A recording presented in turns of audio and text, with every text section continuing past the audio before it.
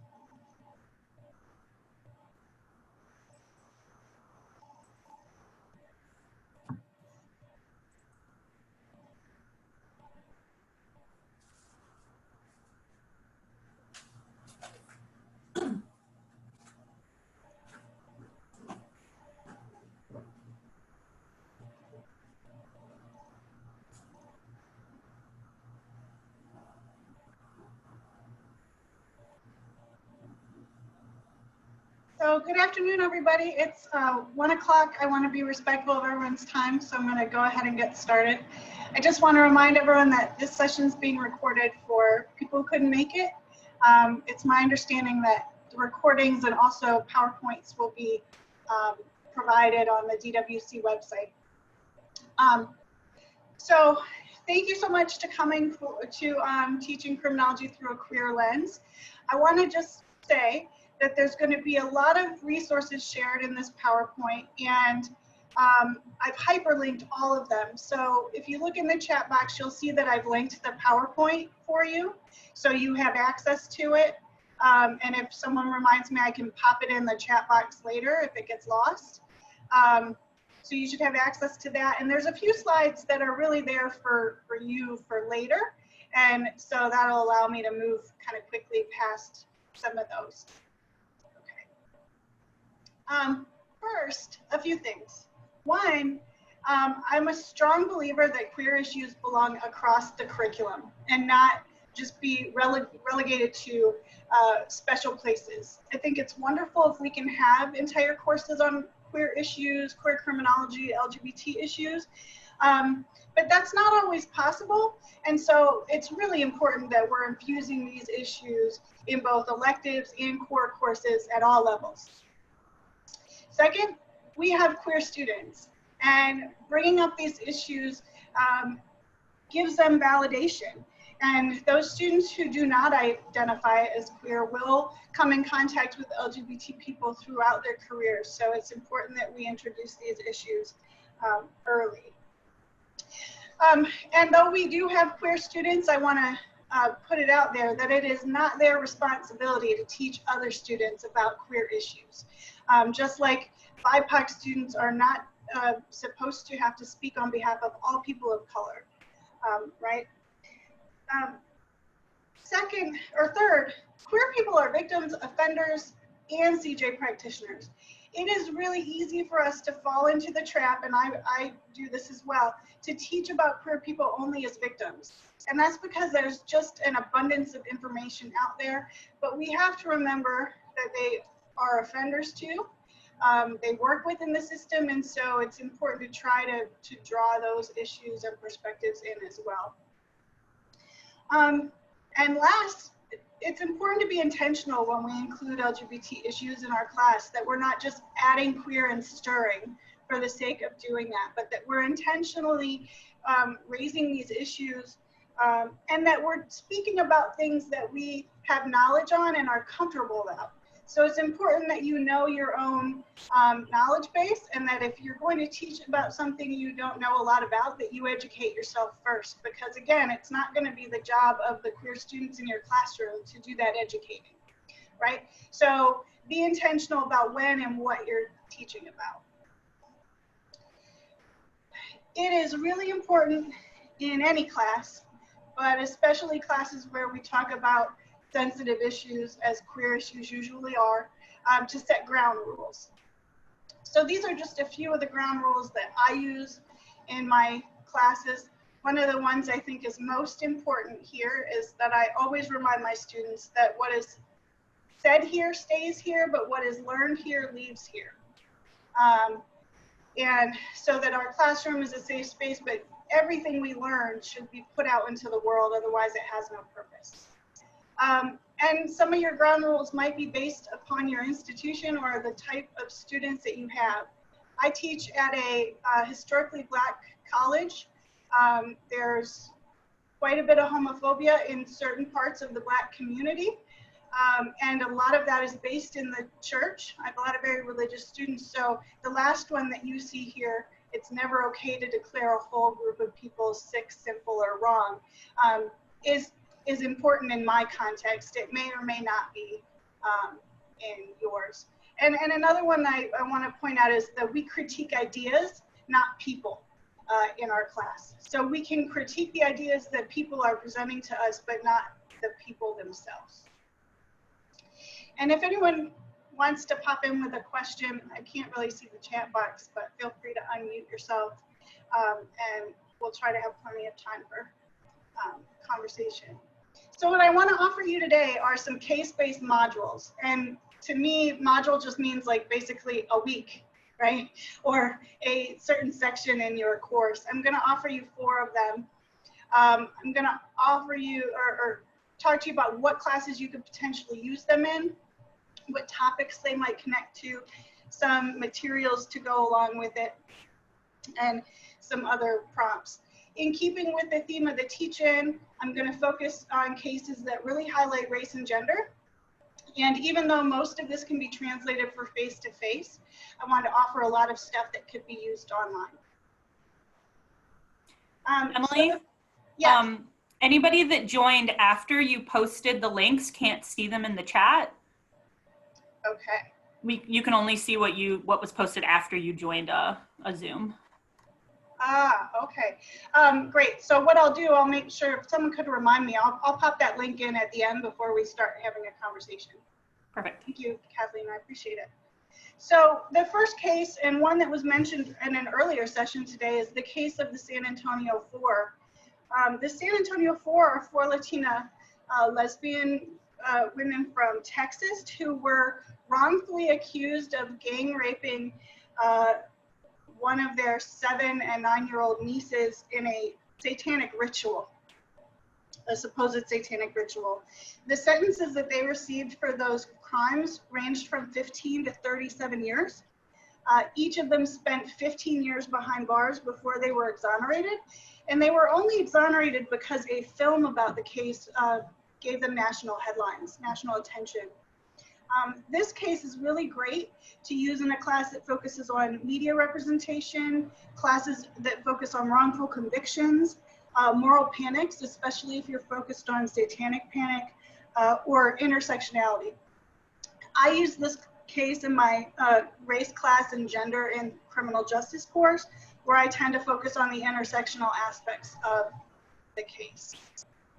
So some materials that you can use related to this case are, 1, the film about the case, which is Southwest of Salem.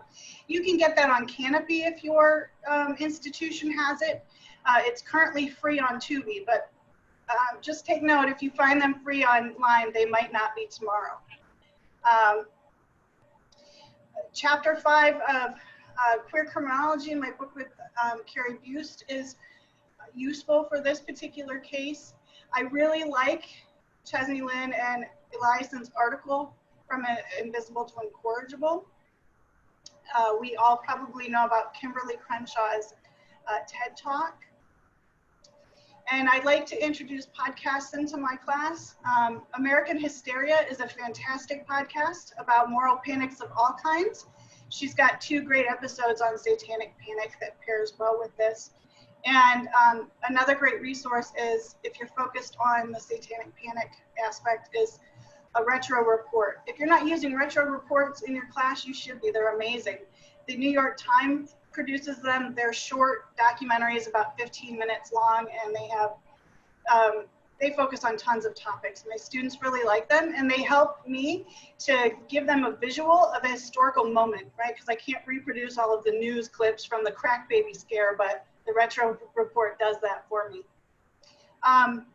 I'm a firm believer in online classes that it's important that at least one of your materials every week is not text-based, that it's audio or visual. So that's why the variety of sources here. So here's just some informal conversation prompts. I used to use formal discussion boards. I don't know how many of you are doing that, where you have a discussion board and it's got a rubric and it's all very formal. It's basically like an essay and then students have to respond back and forth. I used to do that and I hated them because they were awful. They were boring and the responses were always, great point. I like how you added 2 and 2 and got 4. And so I just got rid of them. Now I have informal conversations. I assess learning in other ways. And these conversations work like they would in a classroom. And they're very much graded kind of like participation. You can be wrong in a conversation online just like you can be in my class and you won't be penalized for it. So these are just a few prompts that you could use. The last one you see relates to the 5 faces of oppression. Oh, I don't know why that. So these are the 5 faces of oppression. They come from Irish Young. And I find that this is really useful for a lot of different classes, especially classes on race, class, and gender, that sort of thing. And so every week we kind of come back to this. It's something I introduce at the beginning, and every week we say, what part of what we learned this week relates to these 5 faces of oppression? And this, as I mentioned earlier, is one of those slides. I'm not going to read this whole thing to you. It is just an assignment prompt you could use if you use some of those resources. Since my conversations are very informal, my students will often have a more formal assessment in the same week. So what you're seeing here is basically a week in a class that I would have.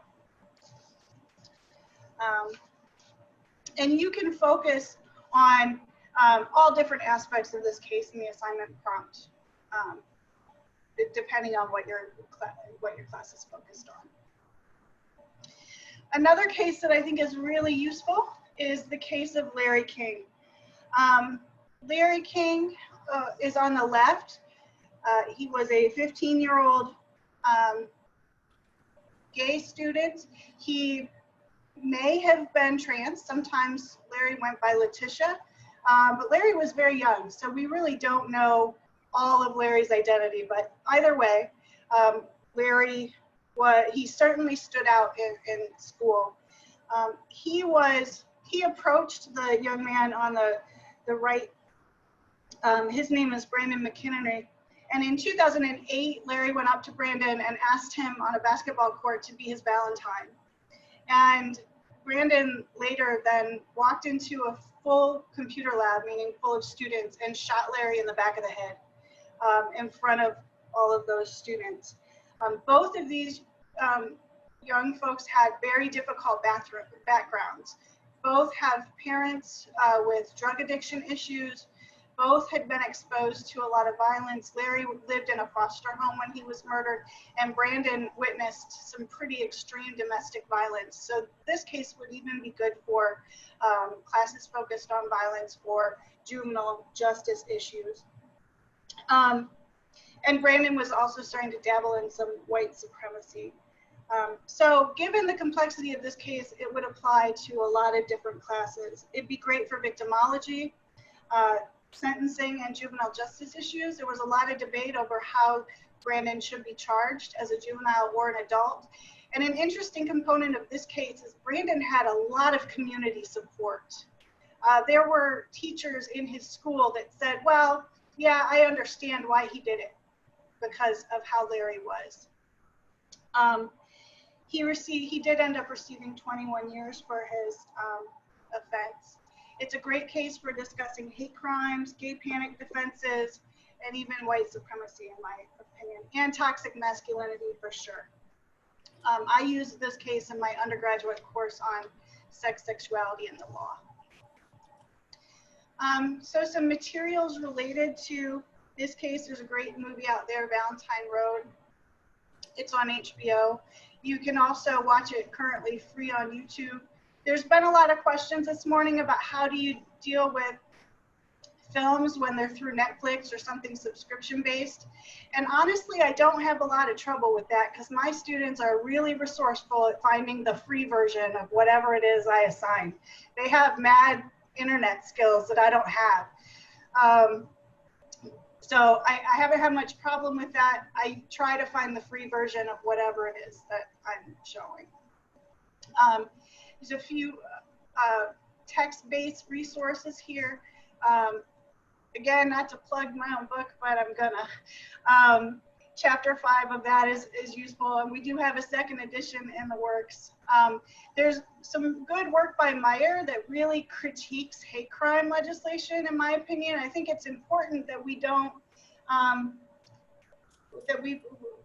it's important that we critique this legislation and the negative aspects of it. So I think that's a really great article for that. And of course, you can always pair this with the FBI database on hate crimes. I like to send my students on what I call data scavenger hunts. So I'll give them a worksheet for lack of a better word, that has 10, 20 questions on it, and then I'll give them 4 or 5 resources. Might be FBI data, might be sentencing project, whatever it is, and they have to use those 4 or 5 resources to find the answers to the question. I do that in small groups in my class. They bring their computers, and online it works just fine as well. But online, a good trick is give them the worksheet, give them the links, have them find the answers, and then create like a quiz in your LMS with the answers. So they go in and they have to submit the answers, and then it grades it for you, and you don't have to grade it. So, yay. Again, just some informal conversation prompts. This is a really good case for talking about the negative aspects of the FBI data, UCR data in general, but especially as it pertains to hate crimes. And it's a good chance to talk about, do the students really know of other victims of hate crimes? And you'd be surprised at how few LGBT people students can name when you ask them, can you think of another LGBT person who's been a victim of a hate crime? They have a very hard time coming up with that name, and that's a good starter for a conversation too. Why is it that we don't know about these victims? And again, just some assignment prompts. And since you'll have the link to the PowerPoint, I'm just gonna skip it. This is just for you to have later.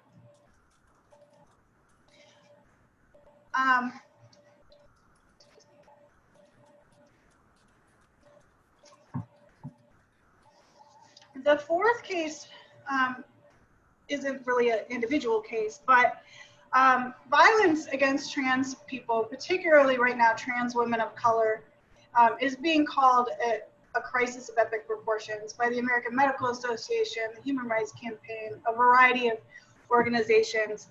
And many of these women are dying very horrific deaths. They're not all dying of hate crimes, but most of them are dying in very violent, personal ways. And when we talk about violence against trans women, we can include that in victimology courses about violence against women. It's really important to include trans women in courses about women, right? Because they are women. And most of us do have classes in our curriculum about women in crime or gender in crime, whatever it might be. When we incorporate trans women into our courses about women, we are validating their existence as women and sending that message to our students. So it's really important. You could also talk about trans murders in terms of media representation. I'll talk about that in a second. And you can also talk about the relationship between violent ideology, right, transphobia, and violent legislation, like bathroom bills, medical denial, all sorts of anti-trans legislation that's happening right now, and then connect that to the violence against them. There is a relationship there. I always talk about the murder of trans women in my sex and the law class, in my race class and gender course, my graduate class on race and justice. There's just a lot of ways you can incorporate the lives of these women in your class. But whenever addressing LGBT issues, especially when addressing trans issues, but not only, it is often important to do a little bit of background, a little 101, because students tend to know the least about trans issues or be the most uncomfortable with trans issues out of the whole queer rainbow. And so I always have to provide 101 materials. Here's just a few. There are materials out there that might be better, but UC Davis has a real basic Trans 101. It's really important to talk about pronouns and why they matter. And you're going to fight a battle with your students over correct pronouns. Students are going to misgender people even when they don't intend to. And so it's really important to continuously talk about pronouns and to reinforce the importance of them and to correct students in a loving manner, right? So pronouns. And there's an episode of The Breakdown with Sean King about the Black trans murders. I'm not a huge fan, but my students really are. So, so that can be used if you have an audience like mine that might discredit trans murders as being important at all. So here's some, these are the materials that I use in my Race, Crime, and Justice graduate course. So this might seem like a lot for a week for undergrads, and it really would be. But all of these articles or the reports, the three bottom ones are reports. You can use sections of those for undergrads, and particularly, well, all three of them, but the last two are great for data scavenger hunts, right? If you pull out certain pages from them. And those can all be found online. Some additional materials. Sarah Brightman and Carrie Bust and I have an article coming out pretty soon, hopefully before the election, because it focuses a lot on the Trump administration, but it talks about that relationship between violent ideology, violent policy, and violent actions against trans people, and compares it to lynching in the past. There's a good retro report on trans rights. It's very condensed and useful for undergrads especially. The Trans Murder Monitoring Map, which there's a hyperlink here. You'll have access to that when I put the link back up in the chat. The Trans Murder Monitoring Map maps 8 years of data across the world. So it makes it a little more unique than other sources for trans murder information. The graphic on the top is from the Trans Murder Project. And so students can kind of see country by country trends, things like that. And if you're doing this in a media-based course or focusing on media, the Witness Media Lab did a study. They called it Capturing Hate. And they did searches on the web using the search terms tranny fight and stud fight. And what they found was a lot of videos being uploaded and shared on YouTube, World Star Hip Hop, all different sorts of websites. And I use this for my students because in our book, we talk about Russia and the vigilante groups in Russia who are literally hunting gay men and abusing them on video and then posting them on YouTube. And my students are always mortified when they learn that this is happening in Russia. But when they see this study and they see that it's happening here too, it really has a bigger impact. So they can explore that study and see how many videos were found. You can see the views, like these videos had 13 million views and 10,000 shares, 22,000 likes, right? So that's some pretty interesting data if you're focused on media representation. An activity I like to do in both my face-to-face or online class is to investigate a case. If I was doing this in a classroom, I would do it in groups, put students in groups. And what I'll do is I usually choose the year before whatever year I'm teaching in. So if I was doing it now, I'd pick 2019. I usually use the Human Rights Campaign list of trans murder victims for the year because it's probably the easiest to access. And I take all of the names from that year and I put them in a hat. And then I go around and each group draws a name from a hat. And I choose the year before because there might be more information on those individuals from last year than there are for the victims of the current year. I have them explore the web for information about the case. This is a really good time to have a conversation about pronouns and to have a conversation about misgendering. The majority of trans murder victims are misgendered by law enforcement and also by the media. And so in order to find good information about their cases, they have to recognize that and search for information about this person in a different way than they would for, say, another victim. So it's a good chance to talk about how that misgendering makes understanding these murders problematic, keeping track of these murders in terms of data problematic, and that sort of thing. And in addition to misgendering, it's a good opportunity to talk about dead naming, which is to use the name a trans person was assigned at birth. A lot of media reports dead name victims, and so that's another technique they have to use to find information about them. You can always talk about these cases in terms of whether or not they are hate crimes.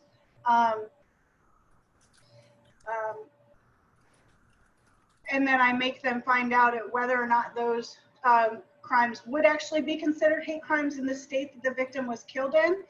The Movement Advancement Project has great maps, not only for hate crime legislation, but for all kinds of legislation related to LGBTQ people. And it's an easy way for them to explore an interactive map and find out what the hate crime legislation is for that particular state.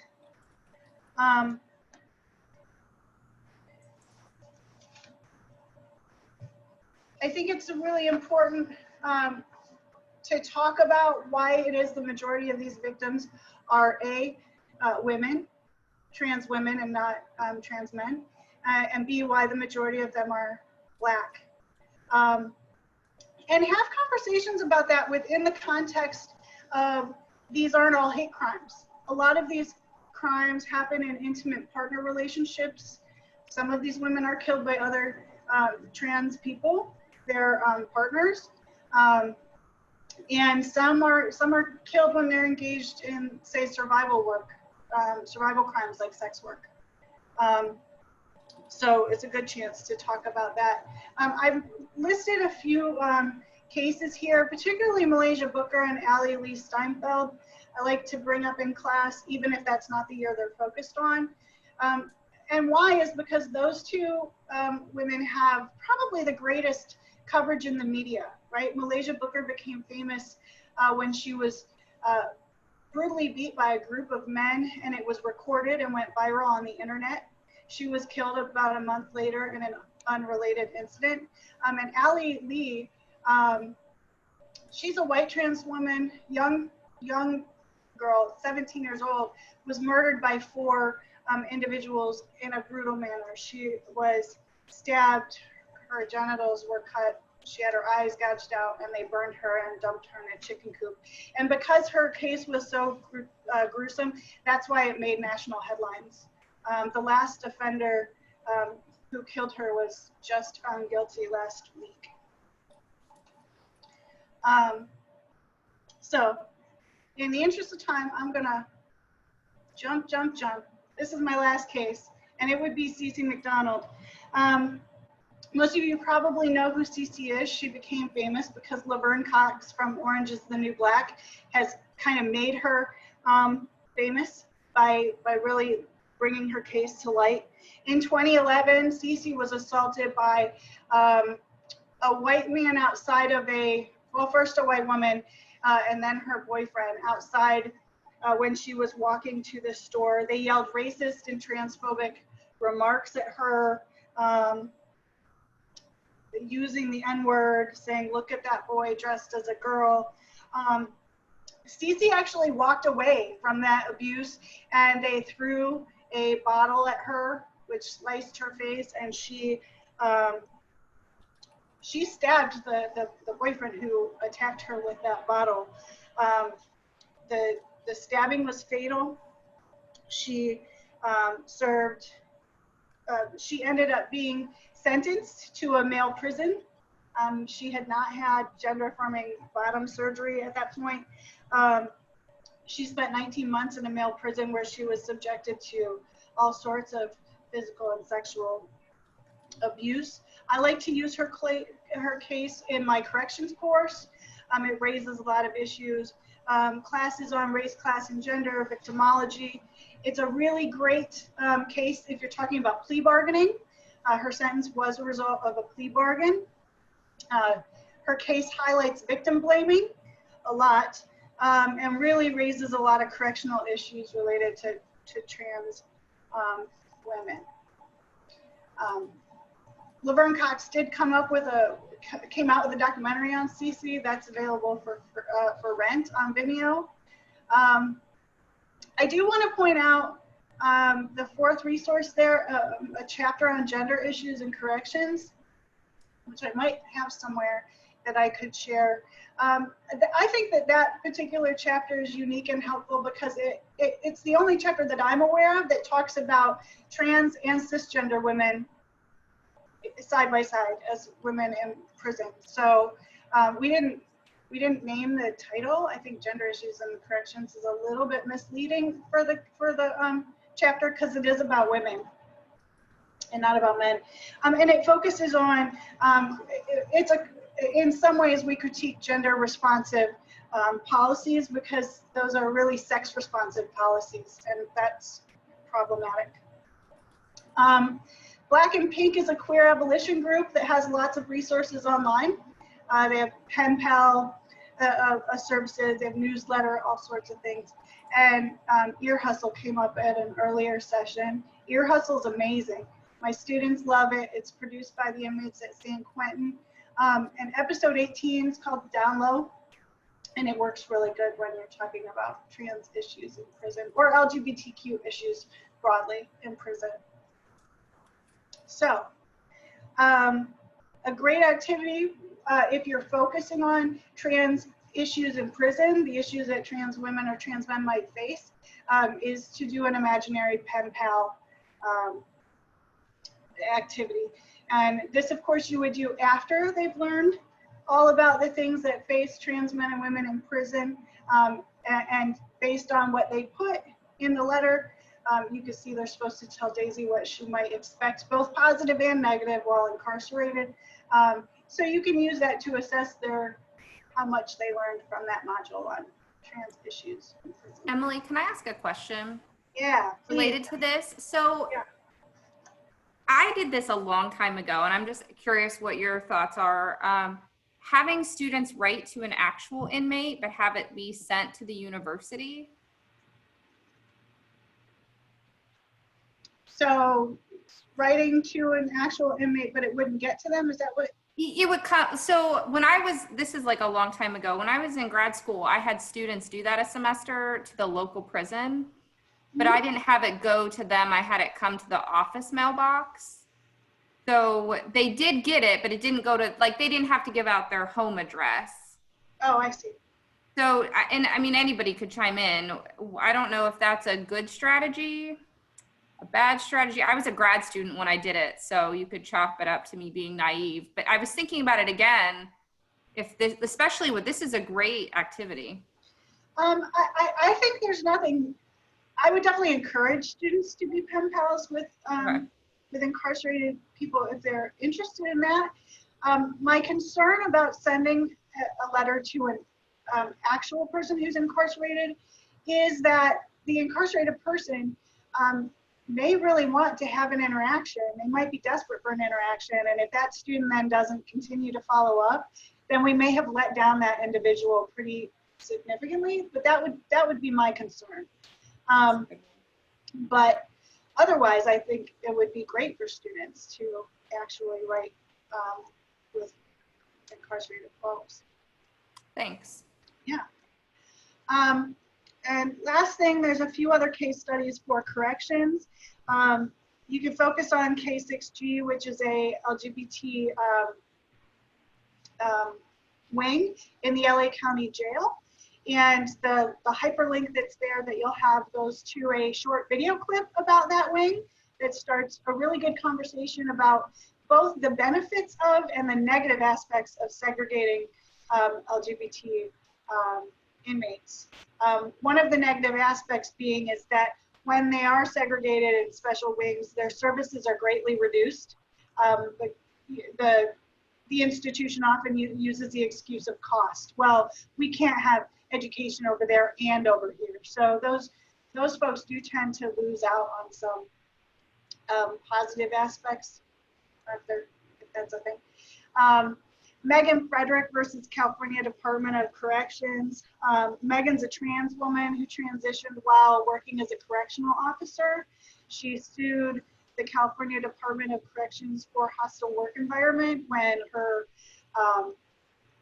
her coworkers, not the people who were incarcerated, treated her very badly. So it's a really good way to talk about trans people who work in corrections or law enforcement in general. And another good case is that of Ashley Diamond. She's a young woman on the at the top. She went to the Georgia Department of Corrections, was incarcerated there. She was denied hormonal treatment that she had been receiving for a very long time prior to being incarcerated. And to stop someone's hormone treatment is incredibly damaging to their body. And so Ashley, and beyond that, she was physically and sexually abused while she was incarcerated. She did end up suing.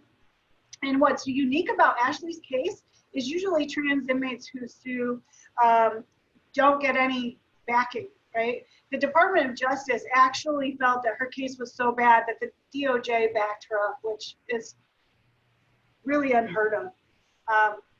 So her case would be good, maybe couched in a broader discussion about, say, medical treatment in prison, right? Not specifically hormones, right? Or just trans issues. This is a great way to talk about medical issues broadly, right? At the same time, when we're talking about, what sort of medical care should we provide all inmates, we should be talking about these issues. So again, to kind of bring these issues back across the curriculum. Oh, I feel like I have been talking way too much. So sorry about that. I talked a little longer than I planned on it. I'm gonna pop over and grab that link again so I can put it up here. And I'll open it up for questions or comments, other ideas that people have, things that you're using in your classes. There's the link for you again. And I know Shelley's going to work to get these resources up on the website too. So it's not your last chance to get it, but I wanted you to have all those prompts and everything without me having to read them to you.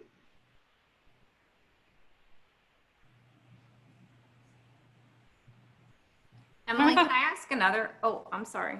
No, go ahead, Shelley. I just had another question. I feel like I have a lot of questions about this topic. Do you ever have anyone, when it's face-to-face, or I guess you could do it virtually when it's online, from the LGBTQ community come in to speak to the classes? No, I feel no, I don't. I did that way back in the day. Okay. When I was teaching it, 15 years ago or whatever. I I don't like putting people in a fishbowl. If there is another reason to bring someone in who happens to be queer, I think that's great. I don't believe in bringing folks in simply to be a representative for part of the alphabet, which is what even I was guilty of doing in the past, right? Again, one trans person can't speak for all trans people, so it makes no sense to me to bring a trans person in just for that sake, right? However, if you have the opportunity to bring in a guest who, say, a lesbian who is a police officer, who can come in and talk about her experience working in a masculine occupation or whatever, then absolutely. Every time we can just insert queer issues, we should, right? Yeah, my thoughts were, there's a group called T-Cops for transgendered police officers. I was thinking that that would be something that could be really valuable. We often don't think about transgendered people working as law enforcement. That was kind of my idea. Yeah, I would say absolutely. I think that's great. And I also would encourage that, you know, when we do bring queer people into our classroom, we don't always have to even point that out, right? Like we can just happen to invite a lesbian cop just because she's a cop, and we don't have to bring up the lesbian part, but if it comes up, great. You know, that we have to really think about queer people as just being part of the landscape of the system. So it's not necessarily a special queer event to bring a queer person to class.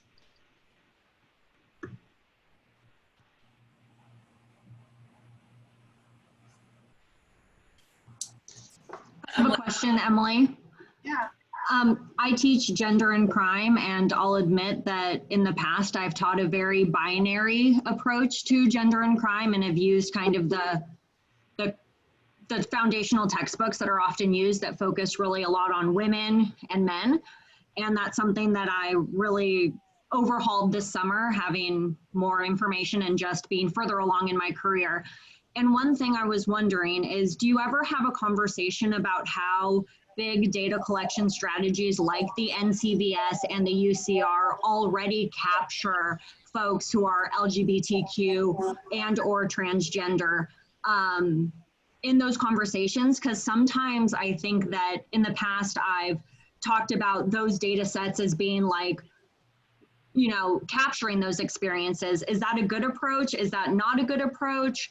I'm curious to hear your thoughts. I mean, I think I like that you point out that we already have LGBT people in that data, but it's also important to talk about how that data doesn't tell us anything about LGBT people because we don't identify them as such, right? That's why our data, especially on offending, really sucks, right? Our data on victimization is bad enough. Like, yes, we have the hate crime data, but it's all sorts of problematic and not useful beyond exploring it in the classroom. But there's literally no big data that tells us anything about people's sexual orientation or their gender identity, let alone their gender presentation, which is a whole nother level that can really affect their likelihood of victimization, right? Or their likelihood of having to engage in crime for survival, whatever. You know, we have all this great data that captures demographics like race, sex assigned at birth. We have all that information, but we literally have nothing to be able to really say anything on a broad scale about queer offenders. I don't know if that answered your question, but. No, it did. Thank you so much, Emily.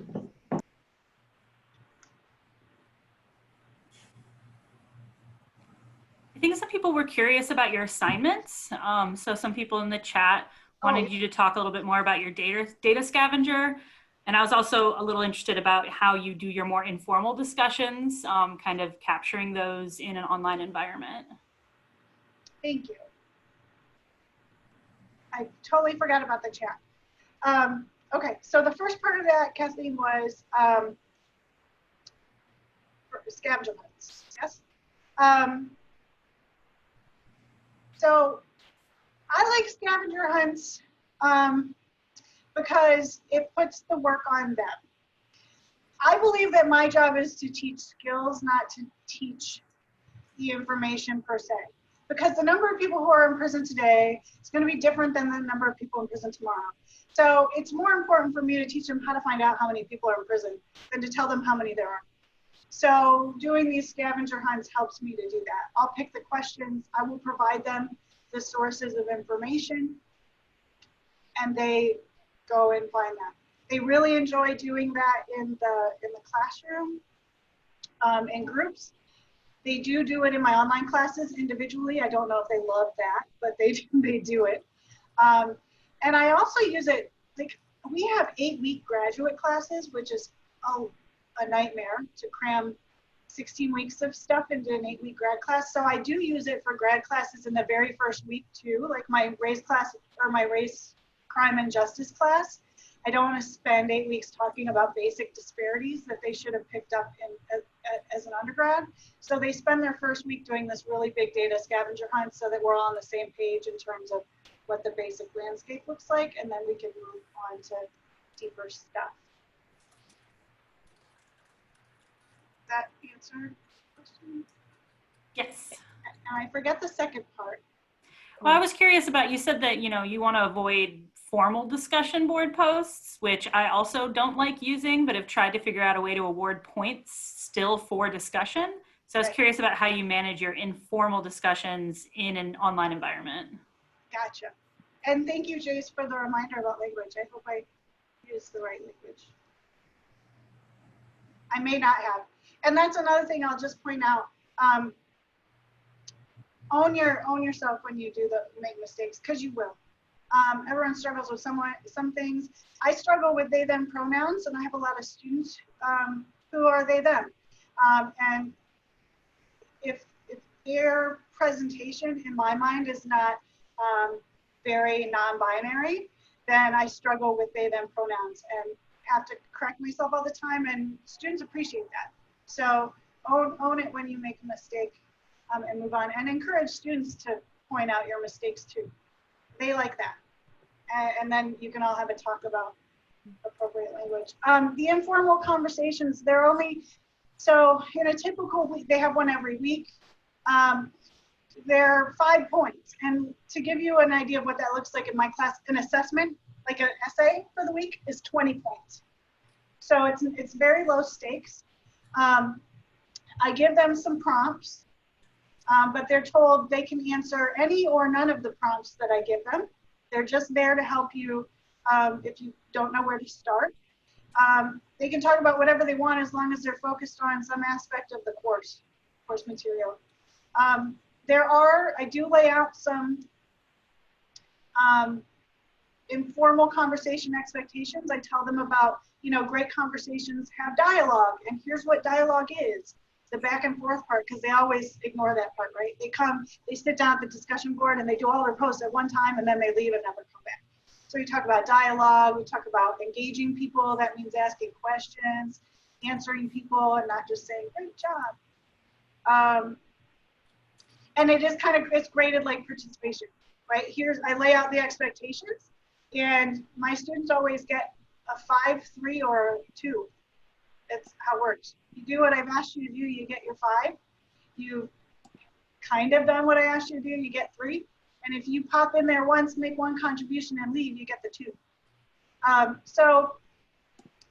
The students tend to love them because they don't feel the pressure.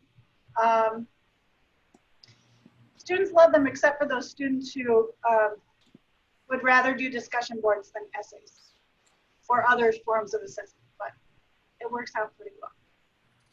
I no longer dread them. Emily, can I jump in? Yeah. So, I think I mentioned in the last session that Shelley and Miltonet were running that as a white woman, I didn't mention this, somebody else, it can be hard to teach about race. As a cis-het woman, it can be hard to talk about LGBT and queer issues. And one of the things I try really hard not to do is use othering language, us versus them.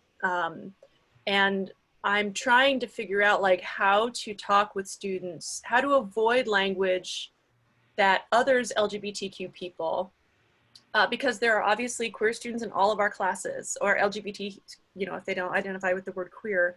So I guess I'm just navigating that point as I continue to study queer criminology of my own positionality, but not wanting to, I don't know what the word is.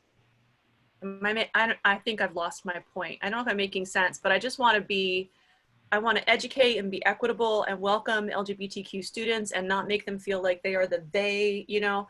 But as a straight woman, it's sometimes hard for me to figure out where that line is, I guess. Right. Well, that's a great caveat to talk about the word queer, right? I use it, it kind of rolls off the tongue. However, it does not roll off everybody's tongue, nor should it. And working at a historically Black college, queer is a very negative word among most of the Black community, right? Queerness has colonial annotations, all that sort of stuff. So we have to have a conversation in my class about the use of the word queer, because it's in the title of my book, right? So we have to talk about that. We talk about it quite extensively, both as the term as it's used in queer criminology, but also as a term of reclamation by the queer community, that sort of stuff. So it's important to talk about language, and I would avoid, maybe if you are a cis het woman, you might not want to use that word unless you're talking about the title of the book, or we're talking about the queer people as they are in the book, right? I always tell my students, like, you can't just walk up to a gay pride parade and be like, "What's up, my queers?" It's not going to go well for you, right? So that's important. But also, I want to just say it's really incredibly important that cis het white ladies talk about these issues. It can't just always be that one, like, big old, you know, queer Dr. Lenning over there that's teaching about these issues, right? Because it can come off the same way it can come off to white students when Black professors teach about race and criminal justice, right? That white students can sometimes see that as self-serving or complaining when it's not, right? We all know that it's an important part of the curriculum. So the same thing can happen when only queer professors are teaching these issues. So I think it's especially important for other people to do it. That's why today I hope I gave you ideas on how to incorporate things into non-LGBT specific classes. Christina, something that I do in the classroom that I think is well received is, like you just did, I always start most classes with a positionality statement. I do teach Kimberly Crenshaw in my gender and crime class, Patricia Hill Collins. I rely a lot on Bell Hook's work, and I always let my students know that this is, you know, Black feminist thought filtered through a white woman's perspective, and that they would benefit greatly from going to the original text that I am teaching to get a more complete picture of what this scholar is trying to say. And I always, and I return to positionality statements almost every class, because again, I can't speak to the male experience, I can't speak to the Black experience. And I think that also students appreciate that. And then when I do mess up, they give me grace, because they know that I am always giving, that I'm trying to always redirect credit to the actual scholars doing this important work. And that has helped me. Thank you. I appreciate that. I've recently been given permission to reconfigure our women and crime class to a gender, sexuality, crime, and justice class. And so I'm just thinking a lot about how best to do that. And I'm excited about it, but I'm also just cautious, you know? I think one of the reasons I like to use cases, and obviously it's not good sometimes to focus on the individual cases, it doesn't give us the big picture, but it does, in this instance, help to humanize people, right? Especially with students who believe they have no connections to LGBT people, which we all know they do, but they feel that they don't. And so, you know, you were talking in your session about how you don't use films about genocide in your genocide class. I kind of take the opposite approach, and I have big old warnings in my syllabus. you know, we have a talk real early on whether or not this class is for you, because it is so powerful for my students when they see the literal consequences of these actions on people. So I think sometimes focusing on the micro level can help to do that.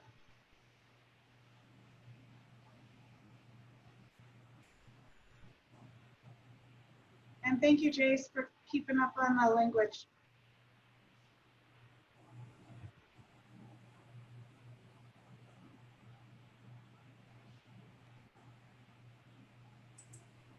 Any other questions or comments?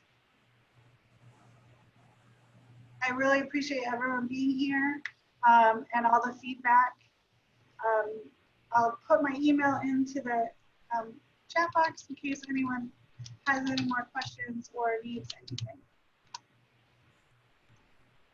All right. Thank you guys for coming. Thank you all for coming, and have a great rest of your day.